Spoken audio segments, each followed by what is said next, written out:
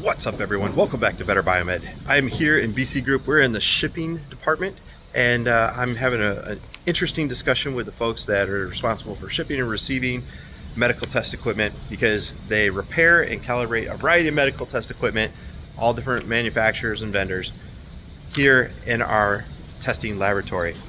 And there's some interesting trends that I wanted to make you guys aware of. One of which is proper paperwork. Folks, I'm going to leave a link in the video description down below where you can find the correct paperwork.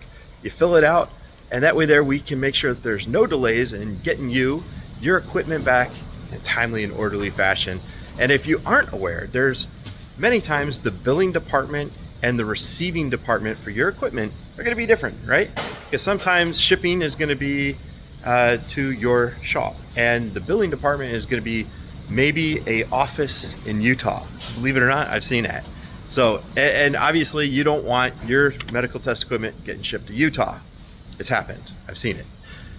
The other thing I want to make you guys well aware of is using proper packing materials when shipping medical test equipment, because people have just thrown some of these vital test devices in boxes with little to no packing. And then we receive them, and while the box might be destroyed, usually the test equipment is in beautiful condition. However, it's still a bad practice, folks. We want to make sure that you use proper packing, wrap it in bubble wrap, make sure that there's proper spacing around the device in the box. Don't use a box that is skin tight to your device.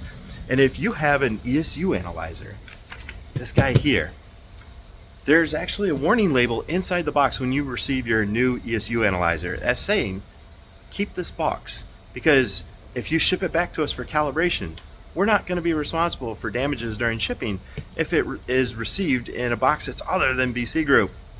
So folks, if you have an ESU analyzer, keep the packaging. You're going to need it. It's really good packaging anyway. And they usually don't take up that much space.